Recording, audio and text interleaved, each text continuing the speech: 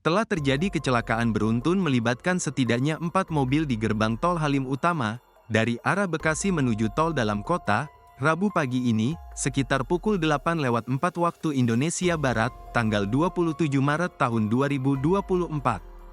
Oh iya nih, ini bukannya nolongin malah foto-foto sih, gimana nih orang jasa marganya ya? Ya memang harus ada yang ngambil foto. Iya.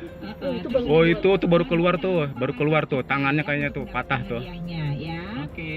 Kecelakaan melibatkan sebuah SUV Hyundai warna putih, sebuah pick-up Isuzu Traga, sebuah pick-up box, serta sebuah truk bak terbuka. Posisi kecelakaan terjadi persis di gerbang tol pada setidaknya 2 lajur gerbang tol. Akibat tabrakan ini, airbag SUV Hyundai keluar. Pengemudi Hyundai dilaporkan selamat. Bagian depan SUV Hyundai menghajar mobil box. Sementara di gate sebelahnya, posisi pick-up Isuzu Traga miring dan bodinya menimpa sebuah mobil hatchback warna oranye. Mengutip akun Instagram @bekasikini, pasca kecelakaan ini, petugas jasa marga sudah turun di lokasi melakukan penanganan.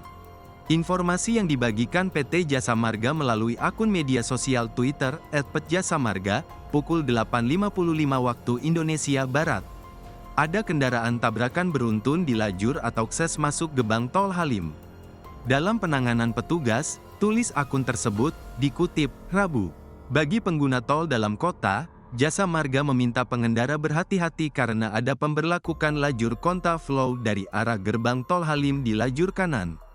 Hati-hati di Senayan KM 08+100, setelah GT Halim 3 KM 01+300, ada lajur kontraflow dari arah GT Halim di lajur kanan, tulis akun tersebut. Adapun kecelakaan tersebut terjadi di gardu 2, 3, dan 4. Setidaknya ada 5 kendaraan yang terlibat dalam kecelakaan itu. Untuk saat ini belum diketahui penyebab kecelakaan beruntun tersebut. Belum diketahui pula soal korban jiwa. Tetapi petugas polisi dan jasa marga sudah berada di lokasi dan melakukan penanganan pertama. Download Tribun X sekarang, menghadirkan lokal menjadi Indonesia.